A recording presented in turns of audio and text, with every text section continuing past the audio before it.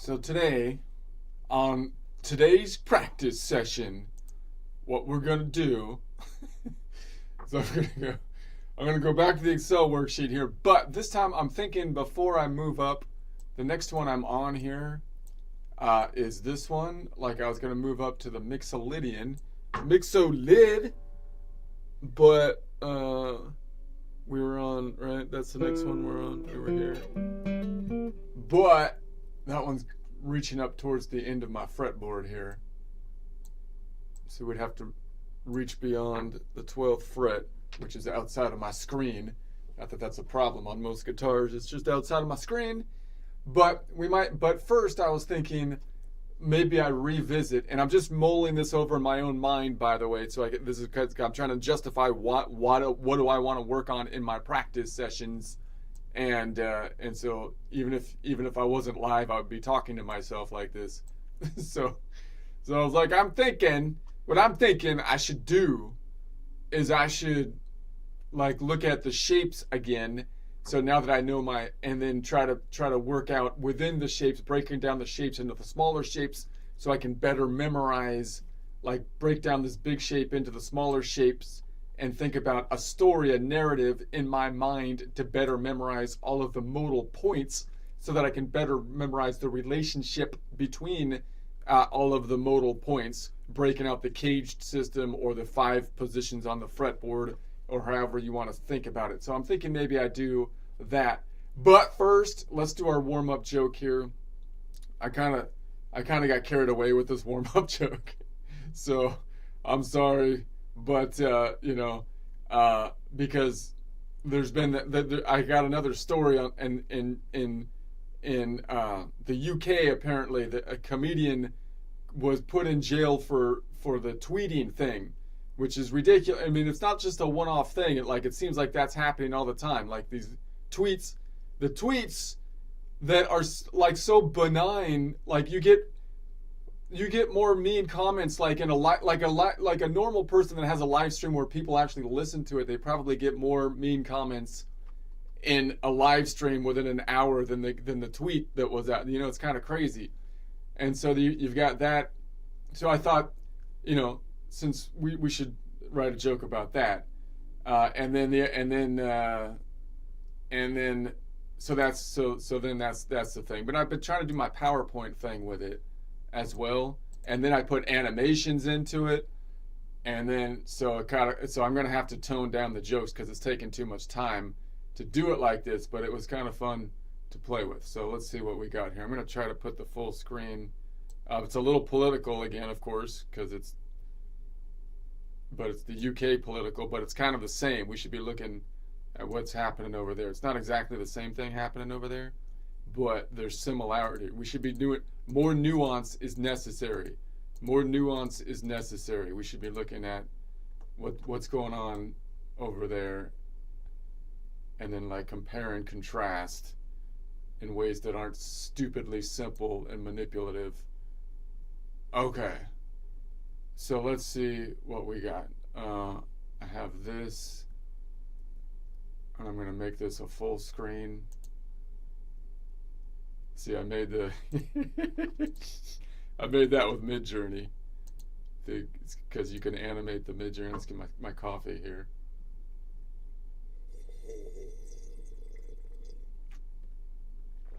All right. Have you heard this? the UK actually arrested a comedian. Yes, arrested him for making a joke about a transgender guy getting hit in the nuts if he barged into women's spaces. You know, even so. I mean, it's a little over the top there, right? But they threw him in jail over a tweet. A tweet, for crying out loud. And honestly, I've heard more offensive stuff in fortune cookies. It's not even an offense. I mean, have you looked in the comment section of the YouTube videos? That was nothing. It's ridiculous. So if mean tweets are illegal, half the internet would be on death row by now. It's just not. That's just. There's some kind of hypocrisy happening here because there's no way that law is being evenly applied. I mean, they're like, lock them up, but dude, mean tweets are X's entire business model. What are you gonna do? What are you gonna do? You're gonna look at all the tweets on X. You're gonna close down it doesn't make any. Meanwhile, worse things are said every 30 seconds in a YouTube comment section. Usually by a dude named something like XX420 Cheese Gremlin 69XX or something like that. I mean, and I'm starting to be thinking here, wow, there's definitely a double standard for us boring old white heterosexual people for the most part. I mean, look at it. Look at the common things that we're watching on the mainstreams here. Let me see if I can. I tried to put a video in here, but now it won't click on it because I have. Oh, you're messing with my flow, man. Okay, I'm gonna have to. What if I click on it up? No, it doesn't do it. Dang it! I gotta practice my presentation skills. What I need to do. It doesn't have the pointer. See, then I click on it. Boom. Along with the constant denigration of the male character. Touch.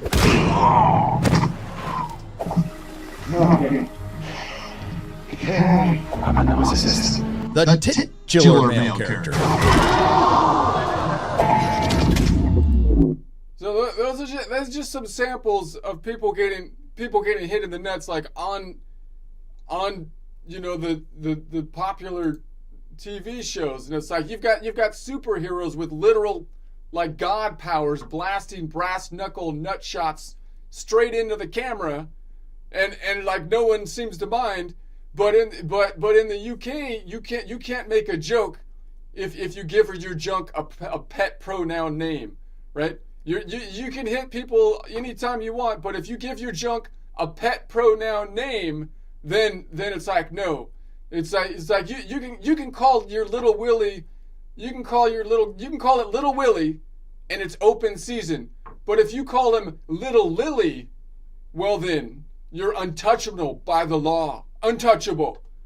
I mean nobody would cancel a female Thor if she put her hammer on Loki's crotch, crushing testicles for all of eternity, for crying out loud. There's no outrage. Where's the think piece titled The Testicular Crisis of the MCU? But if Loki had trans testicles, well now, that would be another story. Especially if they were foreign trans testicles. Those testicles are safer in the UK than garlic bread at a vampire buffet.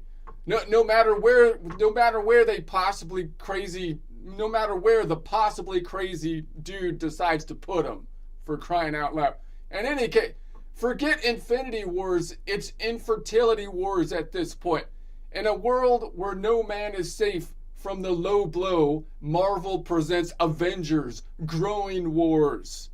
But if you're a trans dude, then this so doesn't this is a little bit upsetting. This kind of makes me angry here.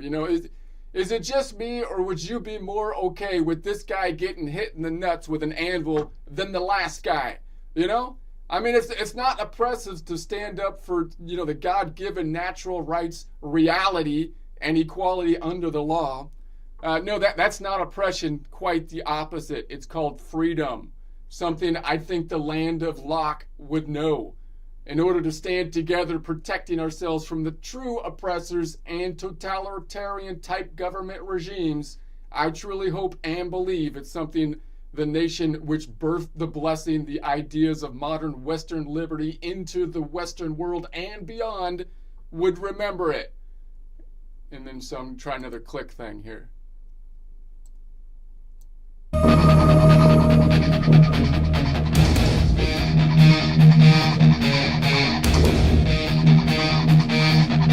A child with an axe, a knife in her hand,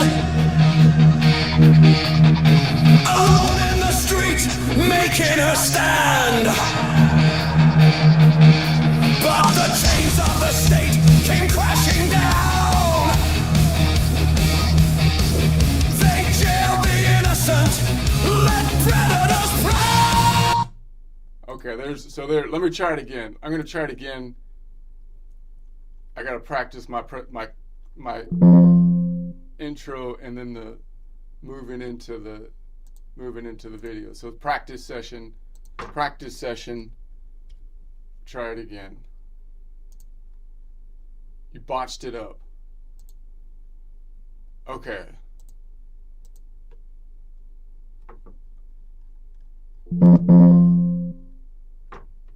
Wait a second.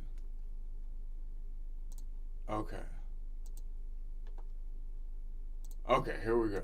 One more time. All right. Have you heard this? The UK actually arrested a comedian. Yes, arrested him for making a joke about a transgender guy getting hit in the nuts if he barged into women's spaces. I mean, they threw him into jail over a tweet. A tweet! And honestly, I've heard more offensive stuff on fortune cookies. I mean, tweets are illegal. If tweets are illegal, half the internet would be on death row by now. It's ridiculous. Lock them up?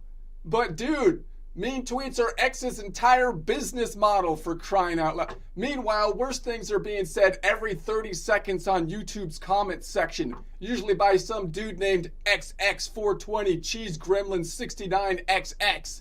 And I'm sitting here thinking, wow, there's definitely a double standard for us boring heterosexual males. I mean, check this tape out, for crying out loud. Along with the constant denigration of the male character.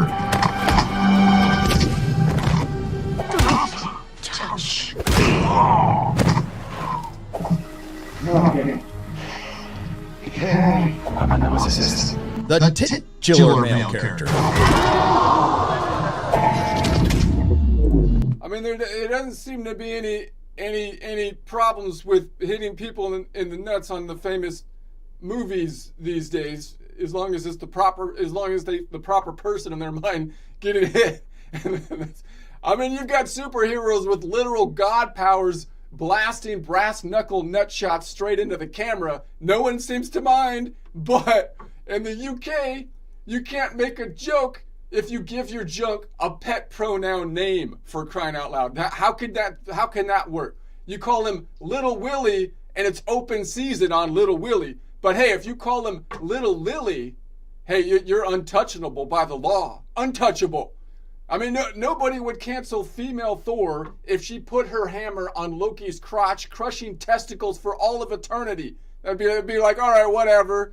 I mean, where's the outrage? Where's the think piece titled The Testicular Crisis of the MCU? But if Loki had trans testicles, well now, that would be another story, wouldn't it? Especially if they were foreign trans testicles. Oh, those testicles are safer in the UK than garlic bread at a vampire buffet, no matter where the possibly crazy dude decides to put them. Forget Infinity Wars, it's infertility wars.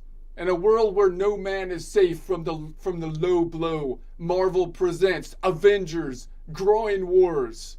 But if it's a trans person, then it's all different, right? Then, doesn't this scene is kind of annoying? This would be kind of annoying in the MCU. I think that would kind of ruin the whole genre right there. I mean, is it just me, or would you be more okay with this guy getting hit in the nuts with an anvil than the last guy? It's not oppressive to stand up for God-given natural rights, reality, and equality under the law. No, that's not oppression. Quite the opposite. It's called freedom. I would think it'd be something I think the land of Locke would know about.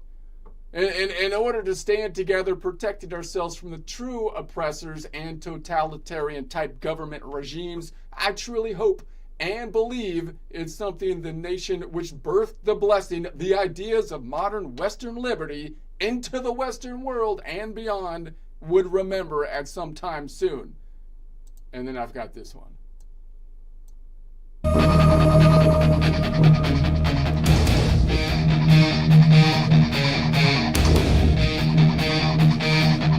A child with an axe, a knife in her hand, alone in the street, making her stand. But the chains of the state came crashing down. They jailed the innocent, let predators prowl. All right, that's what I had. And then here's my Suno song for the day.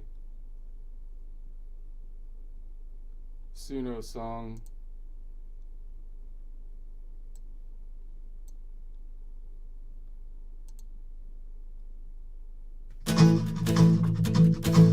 Have you heard this? In the UK, comic got locked away. Just for a joke, just for a tweet he dared to say. They threw him in jail over words on a screen. I read fortune cookies way more mean. If mean tweets are illegal, have the webs on death row, lock him up. But dude, that's how X makes its dough. Double standards rising, boring straight messiah, protect your nuts. Superheroes ain't low.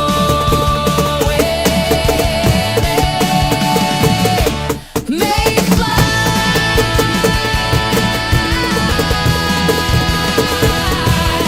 Meanwhile on YouTube, comments run obscene. X exports for the cheese gremlin, 16 nights drop the mean. Nobody's shocked, nobody's calling the cops. But say the wrong joke and your freedom just stops. If mean tweets are illegal, have the webs on death row, lock him up. But dude, that's how X makes its dough. Double standards rising, boring straight men side, protect your nuts. Superheroes ain't low.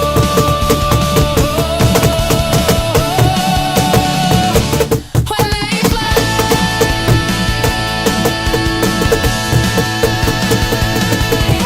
Roll the tape, Marvel heroes hit below. Got shots blasting straight into the show. Female Thor with the hair on Loki's fate, crushing testicles forever, and they'll seal the fate. Where's the outrage? Where's the think peace cry? The testicular crisis of the MCU headline. Forget Infinity War, call it infertility war. Grody wars coming soon. Marvel kicks once more. Now men dress as women just to hide their balls. Camouflage protection in progressive halls. It's not transition, it's witness protection instead. Pronounce him whatever, just don't kick again. If mean tweets are illegal, have the webs on death row, lock him up. But dude, that's how X makes its dough. Protect your nuts, that's the last superpower.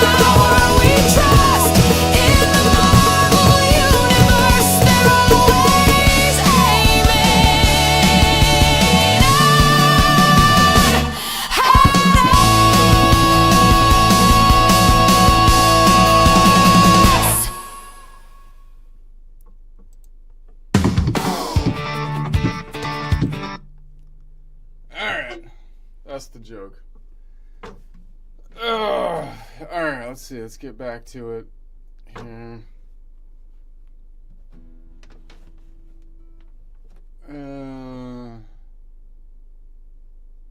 Let's see.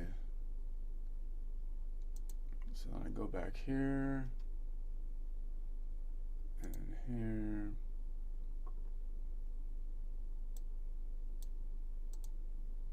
All right.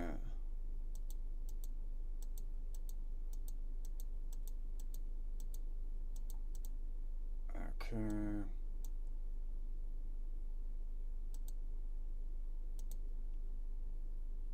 Okay. All right. So.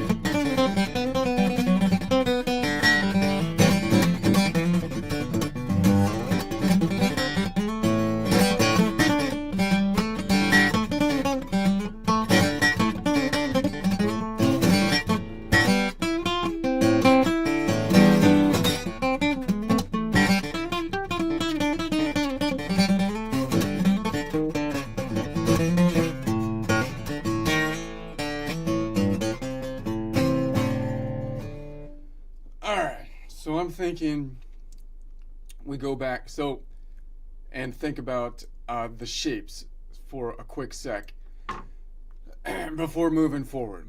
So I'm thinking it's useful to do this because I think we learn the shapes, like this is like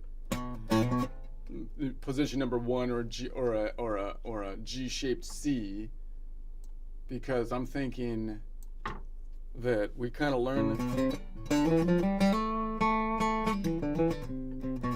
by shape, but then we don't really think about the points. And when we do think about the points, we think about the note points. And what I suggest is to be thinking about the modal points, because the modal points will be, like I say, all relatively the same if we move them up and down. And as I've been doing here, building chords off of the modal points is teaching us basically the range of where you can put all your fingers basically from each of the modal points, which allows you to think kind of like, I guess, a jazz player, a freestyle kind of jazz kind of idea, which would be I'm just gonna switch modes. It seems to me the most natural way to play a guitar or any instrument really is to say I'm thinking about I'm anchoring my focal point on a particular note, like that's the A,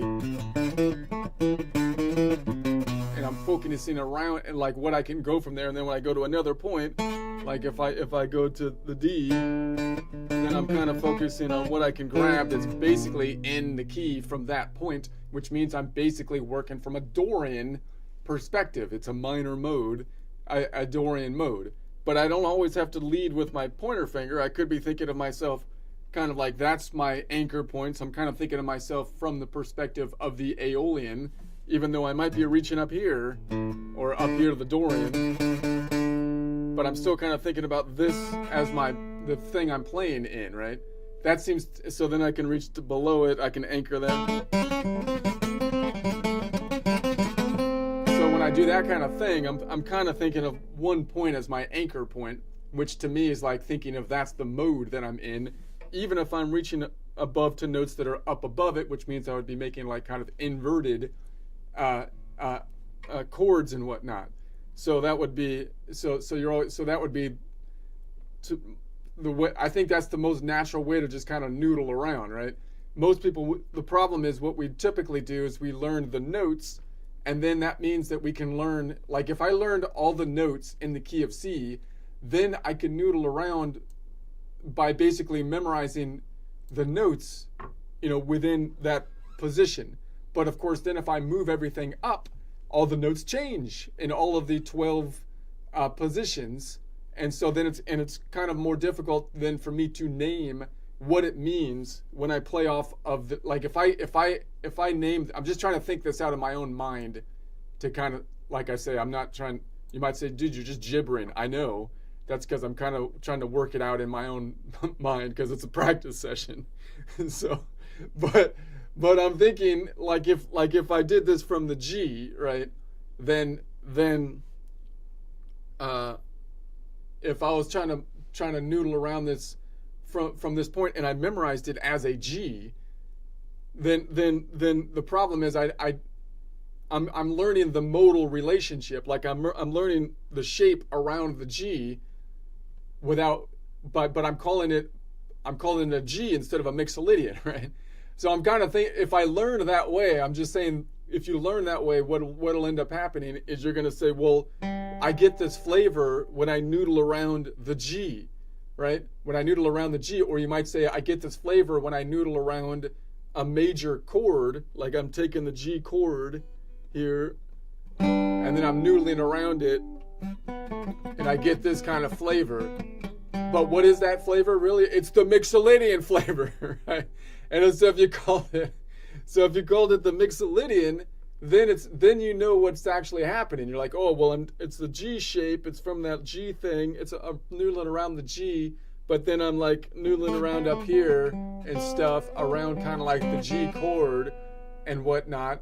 But which is similar to what would happen if I noodle around the Ionian up here. But it's a little bit different because the shape is like a little bit different down here than up here, even though it's like a major that I'm doing here and I'm doing here. And it's like, well, yeah, that's because it's a different place in the fretboard. It's a different shape, right? You're on the mixolydian. So see what I mean? If you were a lot more specific in your mind, if I'm a lot more specific in my mind and saying, well, no, that's the mixolydian node, and that's why when I noodle around the shape, I get that feel because it's a mixolydian feel, which is a major mode feel, but different from the Ionian or major scale feel. Doesn't that make the most sense? And then of course I can move, and then of course that works on all 12 collections of 7 notes, because if we move this entire shape up, which is what happens if I played from the key of the C to the C sharp or D, this whole thing would move up. And instead of me having to say, well, the G kind of sounded like this when I noodled around on the G before, but now I'm in a different key, so I don't know what is happening because the G doesn't do the same thing anymore. Well, yeah, that's right. That's because if you move the whole shape up, then the A is going to give you the flavor that the G was giving you last time, because you shouldn't be naming the thing by the note name, but by the mixolydian modal point, right? Because then you're like, oh, I get the same flavor, but it sounds different. Why is that? Because now that would be the new mixolydian, so we should learn it by modal point from a functionality standpoint. Okay. So then the question is, I've convinced myself. I might not have convinced you, but now I've convinced myself that this is worth doing. This is worth doing. Okay. So if it's worth doing, then how are we going to do it? Well, like I've been saying that I break out these positions into the five positions. I call this position number 1, which could extend out to here to grab that one out, but sometimes you kind of skip that because you're kind of like in here. And I call this like position number 1, and then you break out the fretboard into 5 positions that overlap on each other. But the problem with that then is that like you learn this shape, right?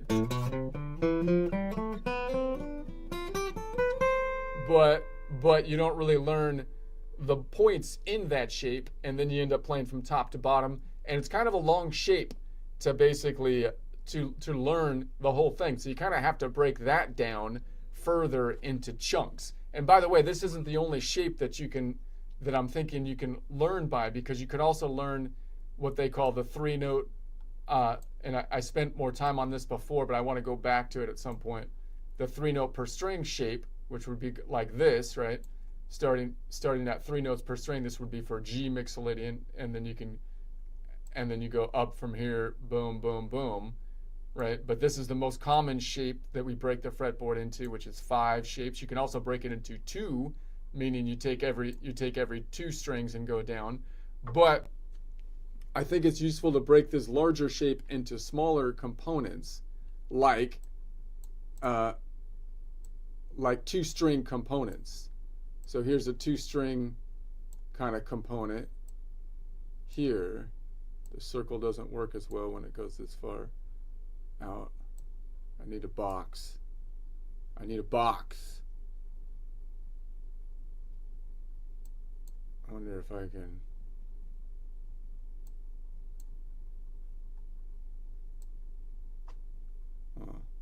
Whatever. I can't take it. I can't do it like that. That's not good. I gotta do it with a box.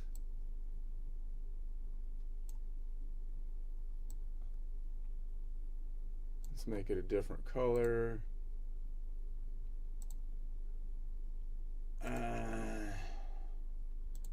Okay. So then we can break the shape down into two 2-string chunks.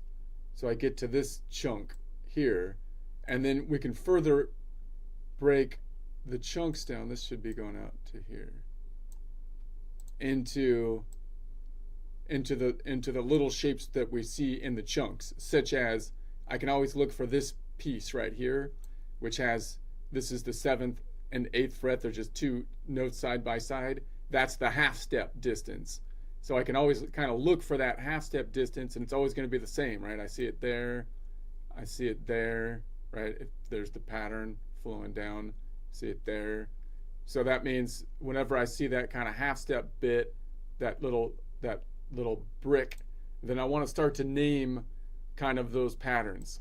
So I was calling this before, I think I was calling it this is like the double stop pattern versus the house. I was naming this the house because this is like the house that they live in over here, to try to visualize it. So it's the double stop house, double stop, two notes, or the pillar house, pillar block, pillar square shape, pillar house shape. And then with the house analogy, I was saying that in the house analogy, you have the home of the Ionian. So the Ionian is up top. Let's measure this from the Ionian. So I was saying, here's the Ionian. If I measure it from the Ionian, then it's 0 notes away from the Ionian, right? But the Ionian is always going to be at the top of the house that I call the box. And it's going to be looking up towards what I call the ocean up here, the hole in the fretboard. So it's got the penthouse on the top of the box looking up towards the ocean. And then below it, you've got the other major, which is the Lydian, hanging out, but it's not as cool. It's on the bottom floor of the box. So right under the Ionian is the Mixolydian, or from a Nashville number system, you've got the 1 and then the 4s under it, and then behind it, then that's what I call the attic. It's in the attic where they stuffed the Locrian because he's crazy. So they're like crazy Locrians in the attic right behind the house, behind the Ionian. And then below that, in what I call the basement of the house, you have the Phrygian. This is the minor mode that's in there. So you've got in the back of the house that doesn't have the ocean view, you've got the Locrian that's stuck in the attic, and then you've got the Phrygian, who's like the rocker that has that minor second. He's in the basement just rocking out, but everyone ignores him and calls him a loser. But he's like, whatever, I'm just getting down here doing my thing.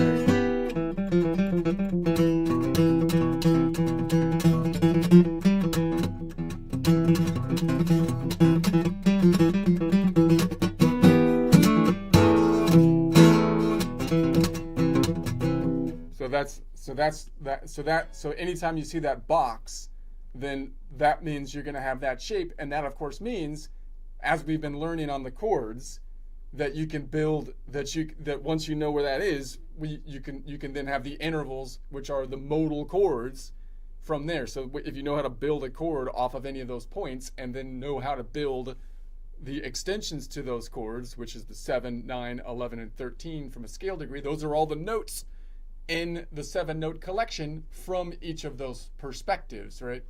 So that would be a useful tool. And we've been learning each of those perspective leaning forward, which would lead outside the shape, and then we're going back to lean backwards shapes, which means, that's one way to visualize it. And then on this side, on the what I call the bar house shape, you have up top the Aeolian. So the Aeolian, he's the minor mode. He just does his own thing out here. Doesn't live in the major house. He's over here doing his own thing. And I'm going to change this from the perspective of the Aeolian. So it's in the top of the bar house shape. So, and then under the Aeolian and the bar house shape, you get the Dorian. So the Dorian and the Aeolian are hanging out together, and the Dorian, of course, is the other minor mode.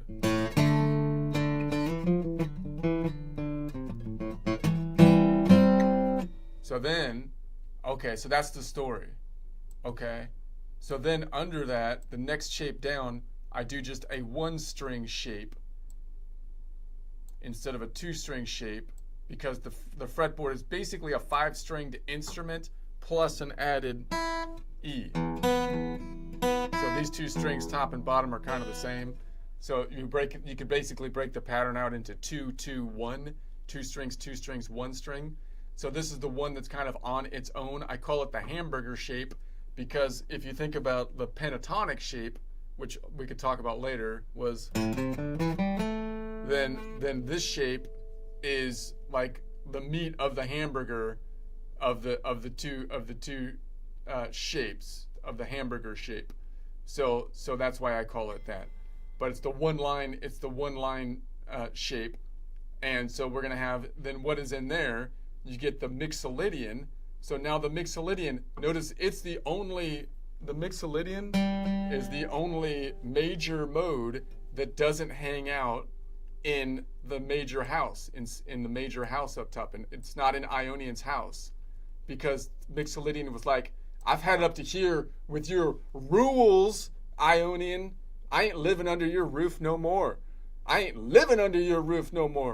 And then he moved out to hang out down here, and then he's like across the way from that minor mode, so he actually hangs out with the minor, and that makes sense because the Lydian's has a minor 7 in it. I mean the Mixolydian has a minor 7, so that means the Mixolydian's down here. It's kind of the bluesy one hanging with the Aeolian. So the Aeolian, then up top, the Aeolian is either in the pillar shape, the pillar box shape, or it's going to be in the hamburger shape, which is Mixolydian, Aeolian. Notice up top, if it's in this box, it's always the same because it's a 2-fret shape. So this is the same all the way down. But if it's in just a pillar, like on its own over here, then it's going to switch up a little bit. So it has 2 shapes. The Aeolian is either the top of the pillar house shape, or it's in the middle of the hamburger shape. Now it kind of depends on your perspective, because of course if you lean backwards, might be a better way to look at it. If you lean backwards, it's in the hamburger shape. If I lean forwards, then it's in the top of the pillar house shape over here. Okay, and so then I can learn the Mixolydian and build off of that shape. And then down here, I should have a 2-string shape again, but it gets messed up. Why? Because this is the dreaded earthquake of 1936 or something. I don't know when it happened, but story says it happened on the guitar, and this whole tectonic plate shifted to the right. It totally shifted to the right, which messed up everything. So this, if you imagine this tectonic plate shifting back to the left, it would be right under here, and then you would have like this shape, which would be the house would be on top, and then you'd have the house bar shape. But now it got shifted because of the earthquake back in Knot 7 or something. So now you've got the staggered shape up top, and then this one. So obviously, when we looked up top, we went all the way through from Aeolian to Aeolian. So now we're starting over again. We're going another time through the collection of notes, which we started just by the fact that that's where it starts in the shape. We started from Aeolian to Aeolian. So now we're going back to the Locrian, right? So there's Aeolian. We're going to the Locrian. So you could see it up here. So it's the same shape as over here, which would now be, it would be like this shape leaning forward, right?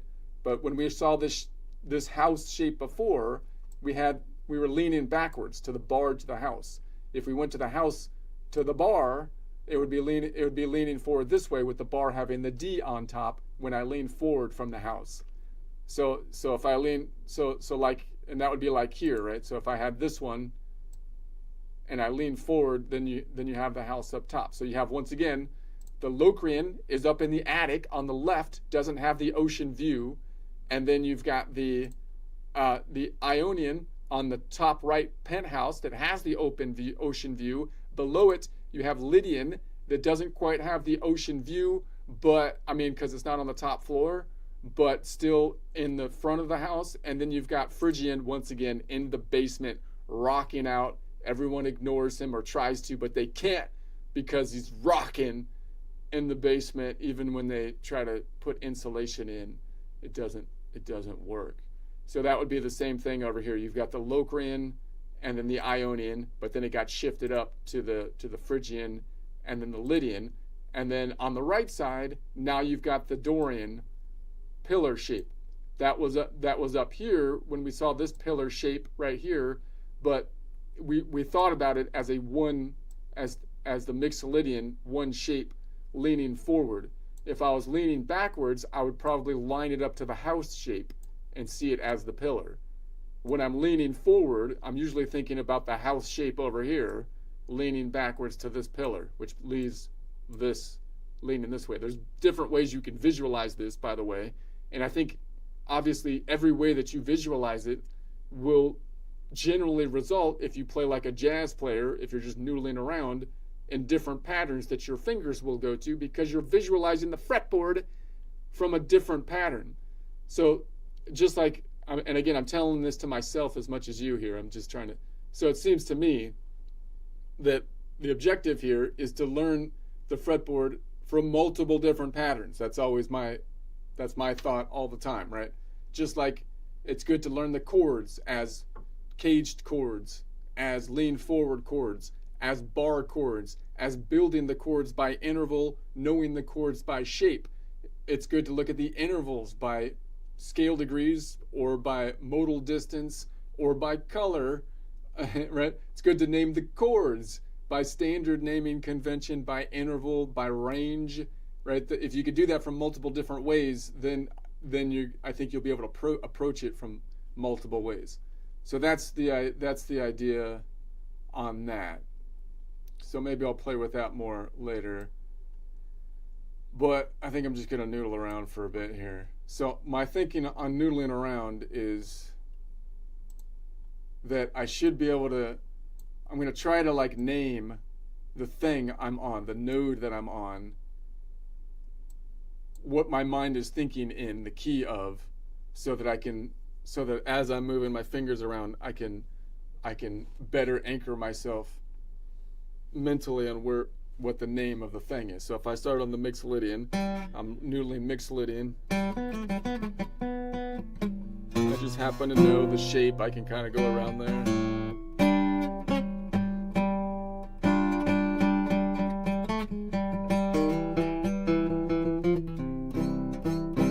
So you might say, well, that's not Mixolydian because you're reaching up to the Ionian, and if I play that chord, See, this is where people get mixed, where I get mixed up.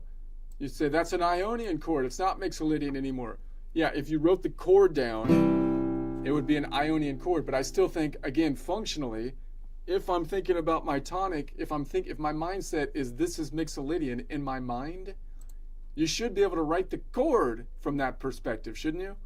Because that's the feel that you're in right now. You're like, I'm in Mixolydian mode, and I happen to reach up and play a C major. That's fine. That didn't mean I switched my mindset to the C major. It just means that, right? I should be able to say what that is from the perspective of the Mixolydian. You would think, right? Because I'm still thinking this is like when I'm kind of in. There's my root.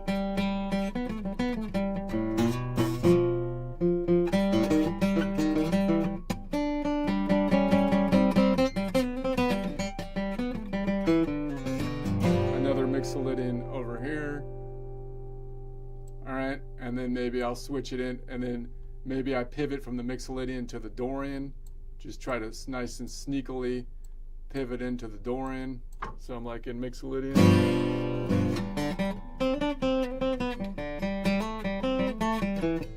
Dorian.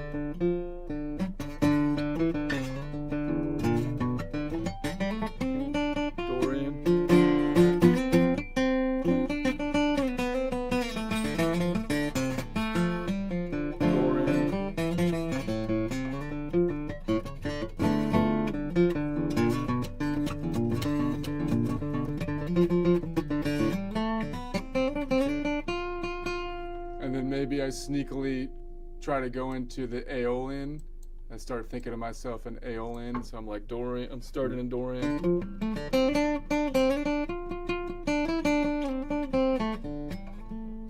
Aeolian.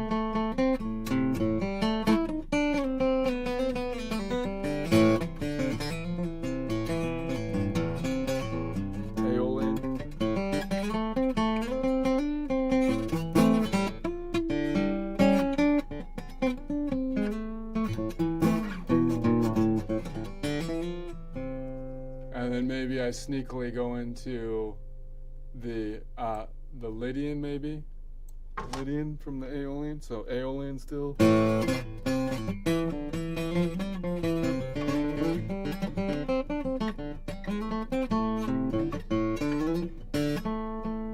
Lydian.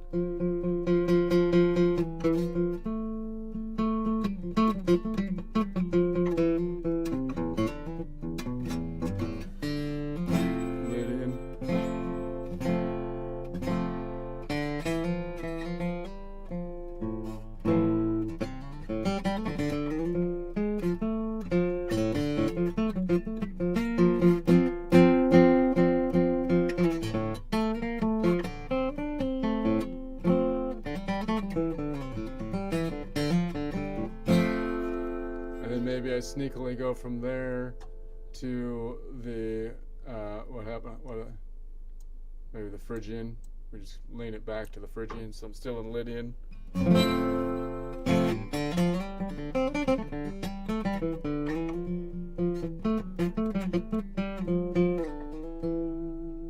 Phrygian.